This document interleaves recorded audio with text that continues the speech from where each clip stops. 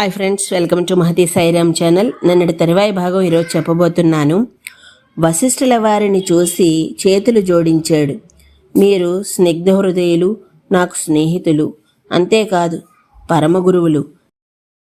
అంటే స్నేహితునిగా ఉండి సలహానివ్వటం, గురువుగా ఉండి ఆదేశించటం రెండూ ఆ మహర్షికి తెలుసు. కనుకనే ఈ యజ్ఞభారాన్ని మీరు మొయ్యవలసిందని విన్నవించుకున్నాడు.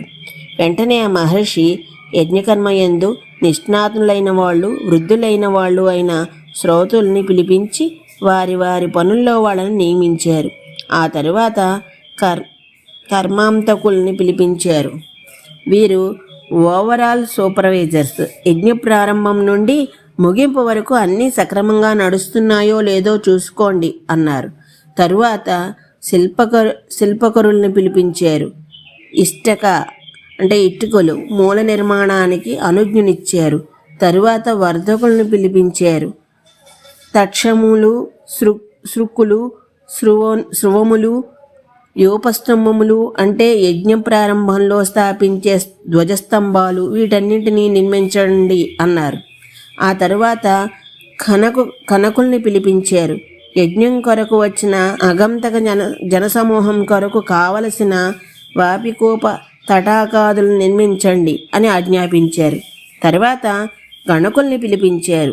ఏ దేశాల పెద్దలను ఎలా పిలవాలో అలా ఉత్తరాలు రాయమన్నారు. యజ్ఞం గురించి దేశ విదేశాల ప్రజలకు ఎలా తెలియజెప్పాలో అలా పుణ్యపత్రాలని, ఇతర ప్రచార రీతులుగా ఎలా చేయాలో ఆ కార్యక్రమాలను చేపట్టమన్నారు. తరువాత శిల్పుల్ని పిలిపించారు. శిల్పులంటే ప్రయోగ శాస్త్రం తెలిసిన వాళ్ళు, యజ్ఞంలో ఏ సందర్భంలో ఏ విధంగా చేయాలి అనే విషయాన్ని తెలిసిన వాళ్ళు. ఆ ఏర్పాట్లను, ఆ క్రమాన్ని చూడమన్నారు. తర్వాత నటుల్ని, నర్తకుల్ని పిలిపించారు.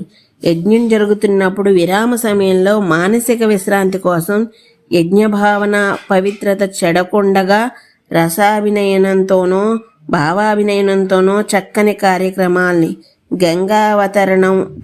గంగావతరణమనో, లక్ష్మీ స్వయంవరమనో అటువంటివి ఏర్పాటు చేయమన్నారు.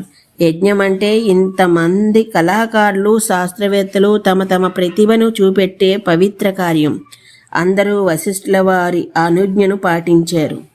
మీరు చెప్పినట్లు చేయటంలో లోపముండదు, చేసిన పని నవ్వుల పాలు కాదు అని మాటిచ్చారు. ఆ తరువాత వశిష్ఠ మహర్షి సుమంత్రుణ్ణి పిలిపించి, ప్రపంచంలో ఉన్న ధార్మికులైన రాజులందరినీ అశ్వమేధయాగానికి పిలిపించే ఏర్పాట్లు చెయ్యి. రాజుల్నే కాదు, సర్వదేశాల్లో ఉన్న మానవుల్ని ఆహ్వానించే ఏర్పాట్లు చెయ్యి. గౌరవంగా పిలిపించు. యజ్ఞ దర్శనానికి వచ్చే వాళ్ళందరూ నారాయణ స్వరూపులే. వారిని గౌరవిస్తేనే యజ్ఞమందు శ్రద్ధ ఉన్నట్లు. అందుకని సత్కృత్య అని ప్రత్యేకంగా చెప్పారు. అంతేకాదు సుమంత్రుణ్ణి చూసి మరొక్క మాట కూడా చెప్పారు. ఏమది? చెప్పబోయే వారిని నీవే స్వయంగా వెళ్ళి పిలువు. ఎందుకంటే యజమానే స్వయంగా వెళ్ళి పిలవలసినంత సన్నిహితులు, పూజ్యులను నీవు వెళ్ళి పిలిస్తే మహారాజు వెళ్ళి పిలిచినట్లే. ఆయన దీక్షలో ఉన్నాడు కనుక కదలకూడదు. ఎవరు వారు? సర్వవేద శాస్త్రాల్లో పండితుడు, సత్య విక్రముడు అయిన జనక మహారాజు. ఆయనకు మన మహారాజు గారి పూర్వం నుండి సంబంధాలున్నాయి. అలాగే ప్రియవాది, స్నిగ్ధ హృదయుడు అయిన కాశీరాజు, ఆయన మన మహారాజు గారికి మంచి స్నేహితుడు. అలాగే వృద్ధులు, పరమధార్మికులు అయిన కేకేయ మహారాజు గారు, ఆయనను పుత్రునితో కలిపి ఆహ్వానించు. ఆయన మహారాజు గారి మామగారు కదా. పూజ్యులైన అంగదేశాధిపతులు, రోమపాదుల వారిని పిలువు. వారు మన మహారాజు గారికి అత్యంత సన్నిహితులు. అలాగే తూర్పు దేశ రాజుల్ని, సింధు సౌరాష్ట్ర దేశాధిపతుల్ని, దక్షిణ దేశ రాజుల్ని పిలిపించు. ఇంతేకాదు స్నిగ్ధ హృదయులైన రాజులు పృథ్వీతలంలో ఎక్కడున్నా తొందరగా పిలిపించు. కేవలం వారిని మాత్రమే కాదు, వారి బంధుమిత్ర పరివారాలతో కూడా రమ్మని పిలు.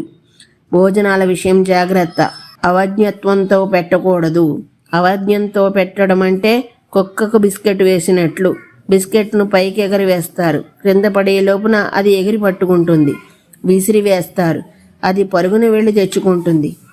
అది పడే శ్రమను చూసి వేసేవాడు ఆనందిస్తాడు. ఇలా పెట్టకూడదు. వడ్డనలో ముందుకు వెళ్ళిన తరువాత వెనక్కి పిలిస్తే విసిగి కొనకూడదు. అలాగే లీలగా అంటే విలాసంగా పెట్టకూడదు. అంటే బఫే పద్ధతిగా. ఇక్కడ తినేవాడు ఆబను యజమాని చూసి నవ్వుకుంటున్నట్లుంటుంది. తినేవాడు వద్దంటే యజమానికి ఇంకొంచెం అనినట్లుండదు. పెట్టడంలో యజమాని శ్రమ కనబడదు, తినటంలో తినేవాని ఆబ కనబడుతుంది. ఇది మంచి పద్ధతి కాదు అని శృతి హెచ్చరించింది. అశ్రద్ధయ అంటేనే అవజ్ఞలీలలా. వెంటనే సుమంత్రుడు రాజపురుషుల్ని పిలిపించాడు. ఈరోజుకి ఇక్కడితో ఆపుతున్నాను. మీతో రేపు చెప్తాను. అంతవరకు ధన్యవాదాలు.